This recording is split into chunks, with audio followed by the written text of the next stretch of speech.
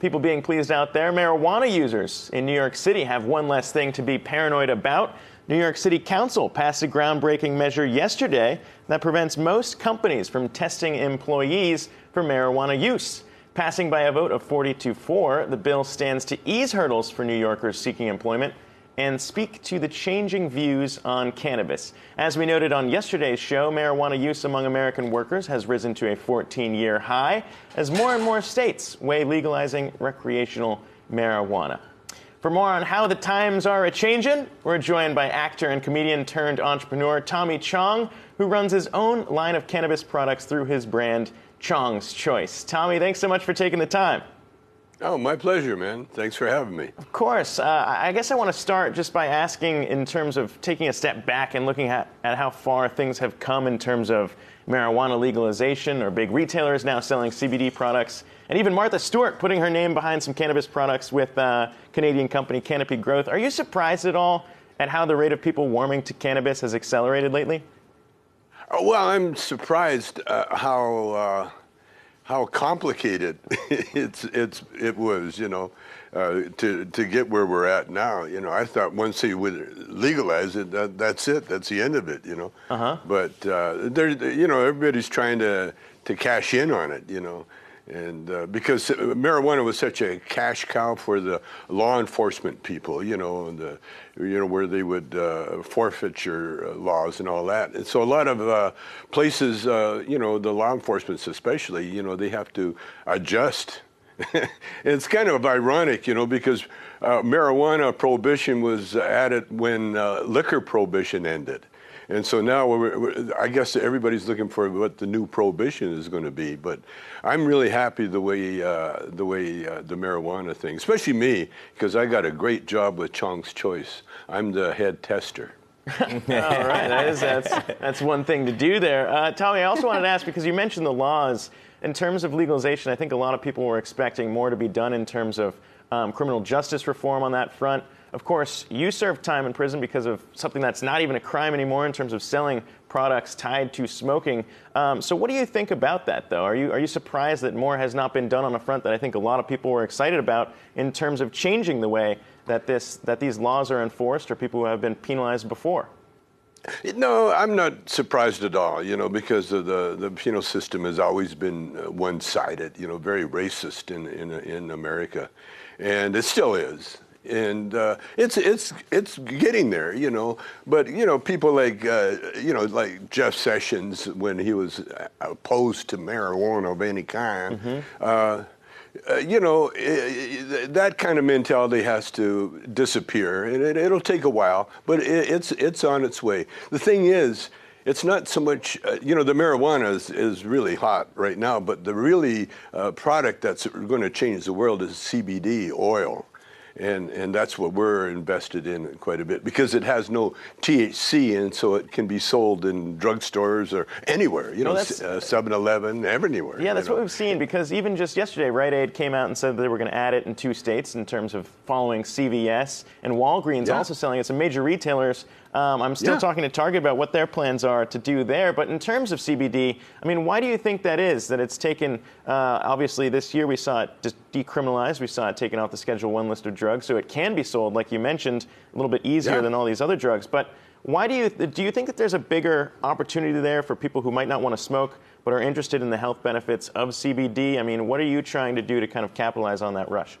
Well, absolutely. You see, CBD oil, it works so well on so many levels, health-wise. And it's a safe thing. Like marijuana itself is the healthiest sleep aid on the market. And everybody I know, in fact, the new face of marijuana is going to be old ladies that take it every night so they can go to sleep. And there's so many health benefits of pot. And, the humanity has known about it forever. China, 5,000 years ago, they were prescribing it for menstrual cramps. And so, we've sort of, America, was so tied up with the racial issue, since the Civil War with slavery and everything else. And so that's disappearing. It's slowly but surely disappearing. And I say it's all about, it's because of marijuana. Got it. Because marijuana is an equal opportunity drug, or substance. Everybody uses it and everybody benefits from it. No, I don't know about everybody using it, but sure, there are certainly people who do use it. There are some that don't.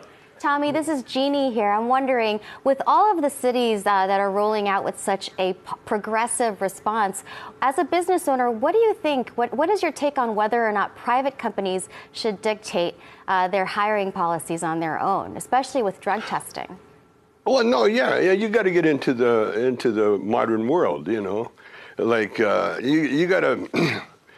Get rid of all the propaganda that was been spread forever, how marijuana was so evil and all that stuff, that has to change. And there's, like I say about the racism, it's still in America, as we can tell from, from the top up of our government. So, that has to change. And what's changed everything? It's the cell phone.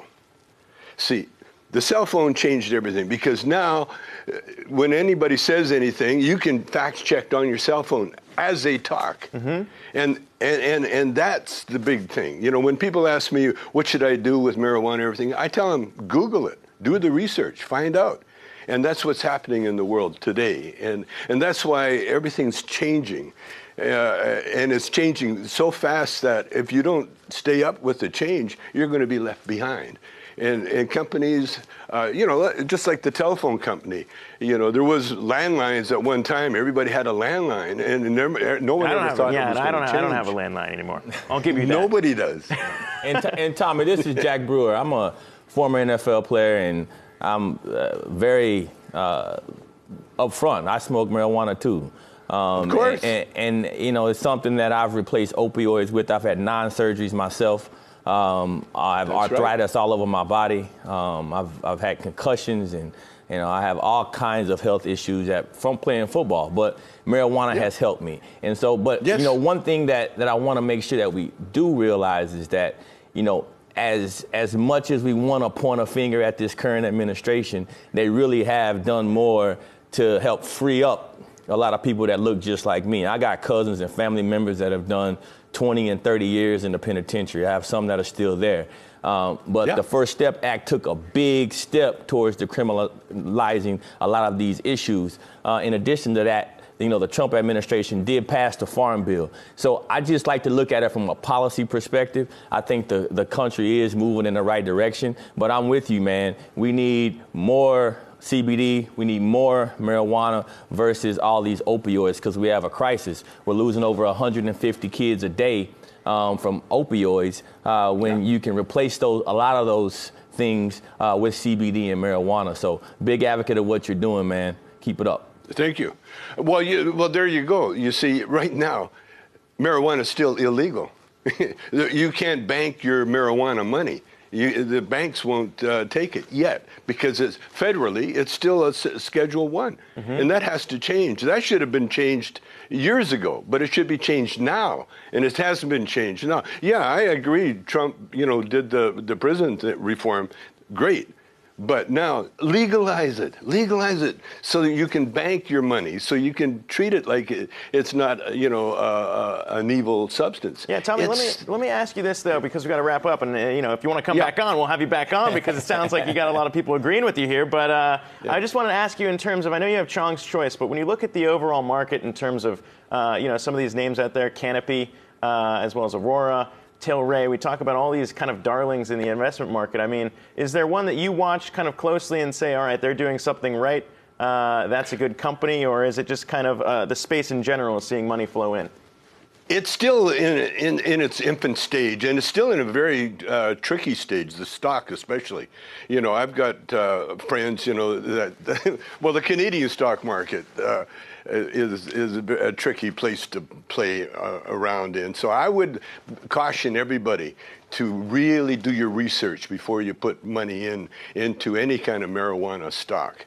That's what I've been told, and I've been in the business forever, and and I'll take risks, but be very careful. Do your research. Use that cell phone.